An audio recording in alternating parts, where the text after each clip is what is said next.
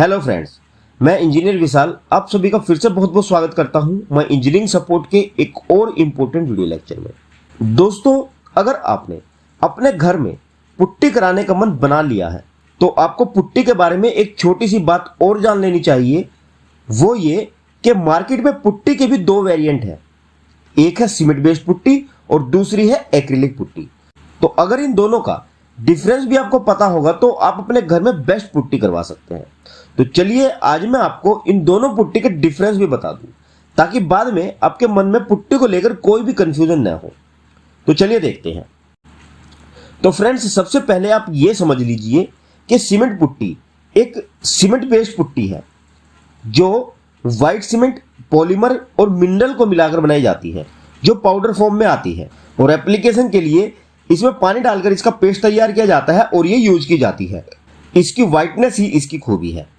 और acrylic putty एक water based putty है जिसे व्हाइट पिगमेंट्स, एक्रिलिक इमल्शन और एडिटिव्स मिलाकर तैयार किया जाता है। यह एक ready to use paste form में आती है जिसकी कंसिस्टेंसी एकदम मक्खन जैसी होती है। इसे डायरेक्ट दीवारों पर अप्लाई किया जा सकता है बिना कोई मटेरियल ऐड या मिक्स करे। अगर इनके यूसेज एरिया की बात करें तो सीमेंट बेस्ड पुट्टी को इंटीरियर, एक्सटीरियर, सीलिंग, प्लास्टर और कंक्रीट वॉल पर अप्लाई किया जाता है। मींस इसे आप एक्सपोज्ड सरफेस पर भी अप्लाई कर सकते हैं। पर एक्रिलिक पुट्टी को सिर्फ पीओपी पनिंग की गई दीवारों या सीलिंग पर इस्तेमाल किया जा सकता है। इसके साथ साथ इसे वुड सरफेस पर भी इस्तेमाल किया जाता है। एक्सटीरियर सरफेसिस पर यह पुट्टी अप्लाई नहीं की जा सकती। आज से कुछ साल पहले भी चूना मिट्टी और इनेमल पेंट को मिक्स करके एक पेस्ट बनाया जाता था और पीओपी पनिंग की गई दीवारों पर यूज किया जाता था, जिससे दीवारों पर पेंट के लिए एक स्मूथ रिच फिनिश तैयार हो जाता था और उस पर पेंट करने से एक लग्जरी फिनिश मिलती थी। उसी पेस्ट का अल्टरनेटिव ये एक्रिलिक पुट्टी है जो आज मार्केट में रेडीली अवेलेबल मिलती है। अब वो पेस्ट तैयार करने की जरूरत नहीं है, जिससे समय भी बचता है और पैसा भी।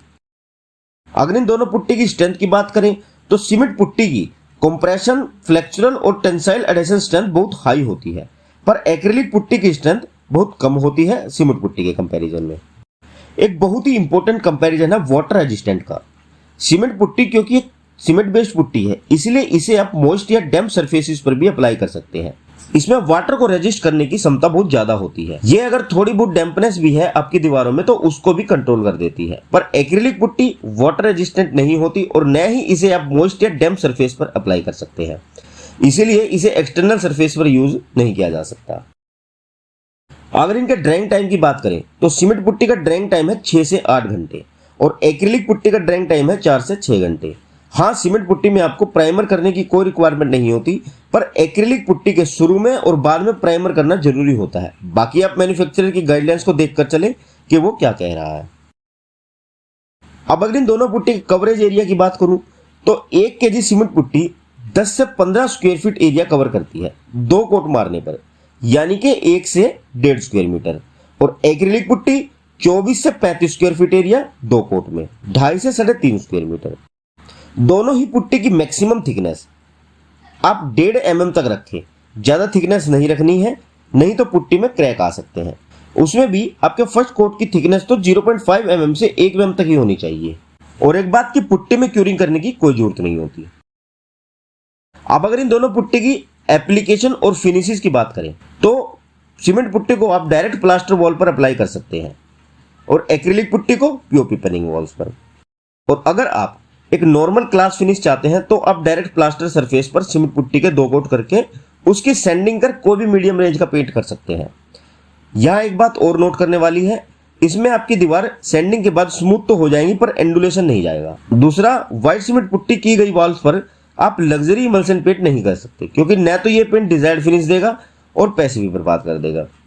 पर अगर आप एक luxury, smooth, undulation free premium finish चाहते हैं तो आपको प्लास्टर वॉल्स पर पीओपी पनिंग करनी होगी, फिर सैंडिंग, फिर वाटर बेस्ड प्राइमर, फिर एक्रिलिक पुट्टी और फिर कोई भी लग्जरी पेंट, यानी कि लग्जरी फिनिश के लिए आपको पीओपी पनिंग मस्ट है।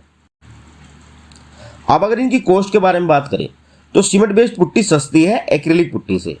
एक्रिलिक पुट्टी लगभग 2 गुना महंगी है सीमेंट बेस्ड पुट्टी से। आइए बताता हूं कैसे।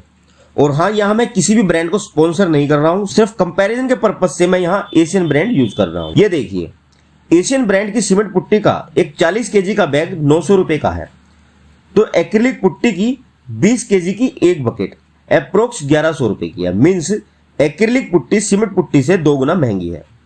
और फाइनल कंक्लूजन ये है कि अगर हमें पुट्टी करानी है तो कौन सी बेस्ट है, सीमेंट पुट्टी या एक्रिलिक पुट्टी। तो फ्रेंड्स, अगर आप इंटरनल वॉल पर पुट्टी कराना चाहते हैं तो एक्रिलिक पुट्टी में बेटर फाइननेस और इलास्टोमेरिक प्रॉपर्टीज होती है। तो अगर आप एक better rich look premium finish चाहते हैं पेंट के लिए तो एक्रिलिक पुट्टी बेस्ट है। और एक्सटर्नल सरफेसेस के लिए सीमेंट पुट्टी बेस्ट है। अगर आपका बजट कम है और कम बजट में आप रहने लायक मकान चाहते हैं तो फिर मैं आपको एक और तरीका बता देता हूं कि अगर आपका बजट लिमिटेड है तो फिर आप एक काम कर लो, आप 2 कोट व्हाइट सीमेंट के करवा लो, फिर उस पर पेंट करो न करो आपकी मर्जी है, पर घर रहने लायक बन जाएगा। इस पर आप क्यूरिंग भी कर सकते हैं, पर चूना इस्तेमाल मत करो, वह खराब होता है, झड़ता रहता है। तो फ्रेंड्स, आई होप कि अब आपके दोनों पुट्टी को लेकर सभी डाउट्स क्लियर हैं। मैंने हर एक पॉइंट को लेने की कोशिश की है। अगर फिर भी आपकी कोई क्वेरी है तो नीचे कमेंट बॉक्स में कमेंट कर देना एक लाइक के साथ, आपको रिप्लाई मिल जाएगा। और अगर आप ये जानना चाहते हैं कि पुट्टी या पीओपी में क्या डिफरेंस है तो हमारी पिछली वीडियो जरूर देख लें, उस वीडियो का लिंक आपको ऊपर आई बटन में मिलेगा।